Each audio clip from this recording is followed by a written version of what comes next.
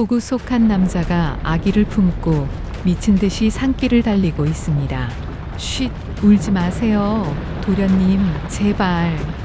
그의 눈앞에 커다란 바위문이 입을 벌리고 있었습니다. 윤진사의 첩, 연화가 도식에게 아기를 넘기며 말했습니다. 도식아, 이 아이를 용소에 버리고 와라. 아님 너희 가족 목숨이 위험해질 게다. 남자는 겁에 질린 눈으로 아기를 내려다보며 비명을 삼키고 아기를 바위 틈에 내려놓았습니다. 도련님, 죄송합니다. 그가 돌아서는 순간 뒤에서 무언가가 스르륵 기어나왔습니다. 야담시루를 찾아주셔서 감사합니다. 구독과 좋아요는 사랑입니다. 오늘 이야기 시작하겠습니다. 조선 중기, 깊은 산세에 둘러싸인 한 고을. 이곳엔 윤진사라 불리는 양반이 살고 있었습니다. 대대로 내려온 큰 부잣집에 성품도고와 마을에서 신망이 두터웠죠. 부족할 것 없는 그에게 딱 하나 없는 것, 바로 자식이었습니다. 그러던 어느 날 정실 부인 정씨가 기적처럼 아이를 가집니다. 온 집안이 축제 분위기였죠. 하지만 비극은 가장 행복할 때 찾아오는 법일까요? 정씨 부인은 상고를 이기지 못했습니다. 갓 태어난 아들의 얼굴을 단 한 번 안아본 뒤 그대로 숨을 거두고 맙니다. 윤진사는 아이를 끌어안고 한참을 울었습니다. 사내의 울음이 아니었습니다. 모든 것을 잃은 사람의 울음이었죠. 잠시 후 윤진사는 떨리는 손으로 허리춤에 차고 있던 물건 하나를 풀었습니다. 은으로 만든 작은 정표였습니다. 정 씨가 젊은 시절 윤진사에게 처음 받았던 물건이었고 평생 몸에서 떼지 않던 것이었죠. 윤진사는 그 정표를 가만히 바라보다가 아기의 강보를 풀었습니다. 그리고 아무도 보지 않는 틈에 정표를 천천히 강보 속에 넣으며 낮게 중얼거렸습니다. 이건 내 어미의 혼이다. 혹여 아비가 곁에 없더라도 이것이 널 지켜줄 것이다. 그는 정표를 한 번 더 눌러 확인한 뒤 강보를 다시 단단히 감쌌습니다. 그날 이후 그 정표는 윤진사 댁 누구도 모르게 아기 중과 함께 있었고 훗날 불에 타 사라졌다고 믿어졌던 물건이 되어버립니다. 윤진사는 통곡했습니다. 아내를 잃은 슬픔과 아들을 얻은 기쁨이 뒤섞인 지옥 같은 날들이었죠. 그런데 설상가상으로 왕명에 의한 사행길이 내려옵니다. 거역할 수 없는 명에 윤진사는 피눈물을 흘리며 갓난아들을 두고 집을 떠났습니다. 윤진사가 떠난 바로 다음 날 집안의 공기가 바뀝니다. 첩이었던 기생 출신 연화가 아들을 낳은 것이죠. 연화의 눈빛은 서늘했습니다. 정실은 죽었고 주인은 없다. 저 갓난아기 적자만 사라진다면 내 아들이 이 집안의 주인이 된다. 욕망에 눈이 먼 연화는 하인 도식을 불러 은자를 쥐어줍니다. 용소로 가거라. 저 아이를 버려. 구렁이 밥이 되게 해라. 폭우가 쏟아지던 밤 도식은 벌벌 떨며 강보에 쌓인 준이를 안고 금기시된 땅 용소로 향합니다. 한번 들어가면 살아서 못 나온다는 그 늪지대 바위 틈에 아이를 던져두고 그는 뒤도 돌아보지 않고 도망쳤습니다. 다음 날 연화는 별채에 불을 지르고 거짓 눈물을 흘리며 외쳤습니다. 별채에 불이 났다. 하인들이 몰려와 불을 끄려고 했지만 이미 별채를 뒤덮은 불은 쉽게 꺼지지 않았습니다. 준이 도련님, 준이 도련님. 별채는 새까맣게 타버렸고 준이는 그렇게 죽은 사람이 되었습니다. 차디찬 빗속, 용소의 바위 틈에서 죽어가는 아이. 그때 물가에서 거대한 무언가가 스르륵 나타납니다. 사람들의 전설 속에나 존재하던 대구렁이였습니다. 구렁이는 먹잇감을 보듯 아이에게 다가갔습니다. 그런데 기적이 일어납니다. 얼어붙어 가던 아기가 본능적으로 따뜻한 생명력을 찾아 구렁이의 차가운 비늘을 꽉 붙잡은 겁니다. 마침 그 구렁이는 허물을 벗던 중 알을 모두 잃어 슬픔에 잠겨 있었습니다. 비어버린 품에 들어온 작은 생명. 구렁이는 아이를 삼키는 대신 자신의 또아리 안으로 아이를 끌어당겼습니다. 동굴 가장 깊고 따뜻한 곳으로 아이를 옮긴 구렁이는 밤마다 아이를 감싸 체온을 나누었습니다.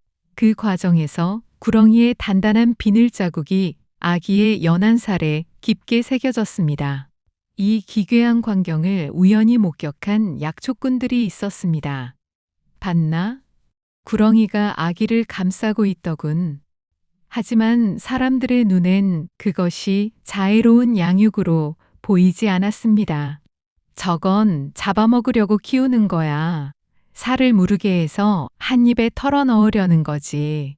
이때부터 용소 구렁이 괴담이 마을을 지배합니다. 아이 울음소리가 들리면 누군가 죽는다는 흉흉한 소문이 돌았고 마을 사람들은 용소 근처엔 얼씬도 하지 않았습니다. 하지만 진실은 그 반대였습니다. 구렁이는 15년 동안 단 한 번도 아이를 물지 않았고 오히려 숲의 맹수들로부터 아이를 지키는 어머니였습니다. 이 소문을 들은 인근 남자의 무명 스님이 용소를 찾았습니다. 스님은 멀찍이서 동굴 안을 지켜보다가 아이의 몸에 남은 비늘 자국과 상처들을 보고 조용히 숨을 들이켰습니다. 살은 여러 곳이 짓눌려 푸르게 멍들어 있었고 추위와 습기로 인해 상처는 제대로 아물지 못한 상태였습니다. 스님은 법구를 내려놓고 천천히 동굴 안으로 들어갔습니다. 대구렁이는 즉각 고개를 치켜들고 스님을 노려보았습니다. 동굴 안의 공기가 서늘하게 얼어붙었습니다. 겁낼 것 없다.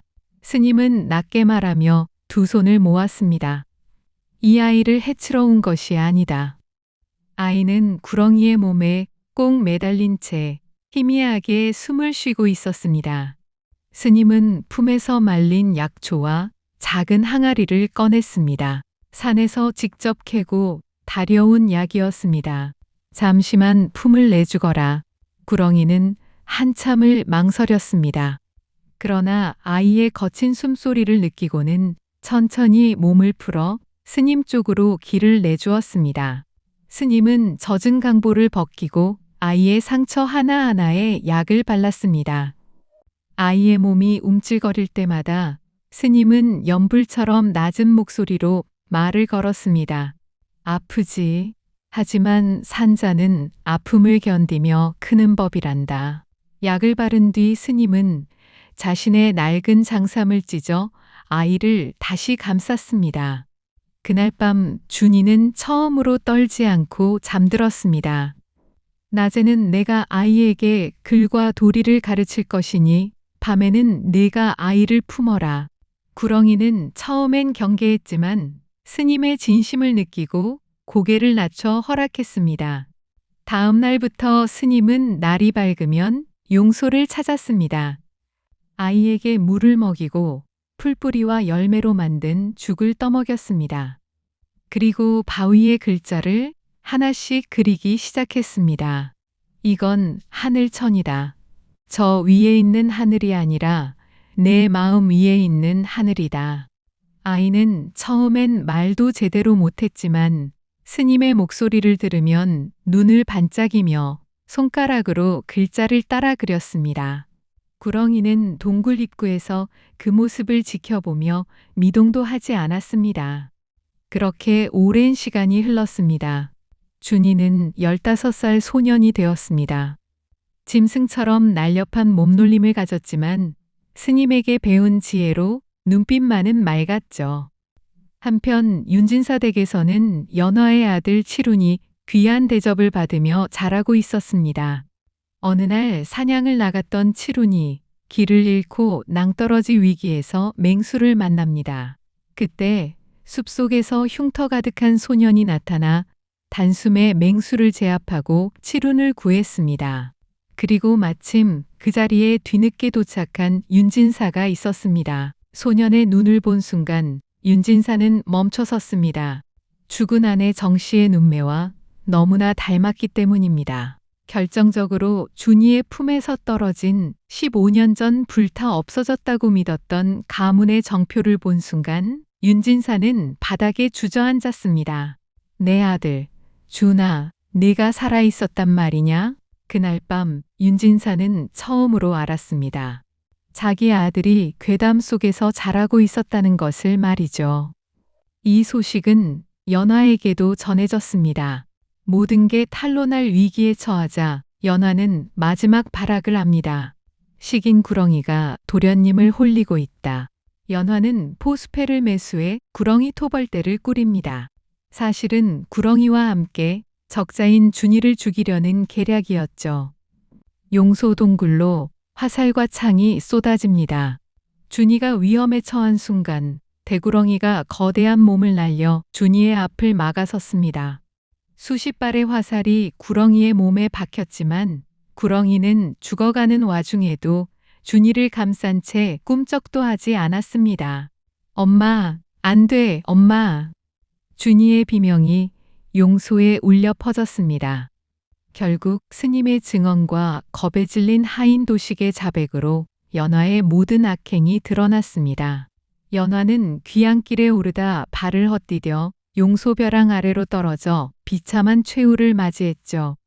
도식에게 준이를 버리라 시켰던 그 용소 근처 벼랑이었습니다. 준이는 자신을 지키다 죽은 구렁이의 무덤 옆에 작은 움막을 짓고 3년상을 치렀습니다. 이후 아버지 윤진사와 함께 집으로 돌아가 문무를 겸비한 인재로 성장해 출세하게 됩니다. 하지만 그는 매년 봄이면 용소를 찾아 술을 따랐습니다. 나를 낳아준 어머니도 나를 키워준 어미 구렁이도 모두 제 어머니였습니다. 마을 사람들이 괴물이라 부르며 두려워했던 존재는 사실 세상에서 가장 지독하고 숭고한 사랑을 실천하고 있었습니다. 아이의 몸에 남은 뱀 비늘 자국은 흉측한 상처가 아니라 매서운 추위와 세상의 칼날로부터 아이를 지켜내기 위해 구렁이가 15년 동안 또아리를 틀었던 지켜낸 흔적이었던 셈이죠. 진짜 괴물은 뱀의 형상을 한 짐승이었을까요? 아니면 사람의 탈을 쓰고 아이를 버린 인간이었을까요? 지금까지 시청해 주셔서 감사합니다. 영상이 재밌으셨다면 구독, 좋아요, 댓글 부탁드립니다. 감사합니다.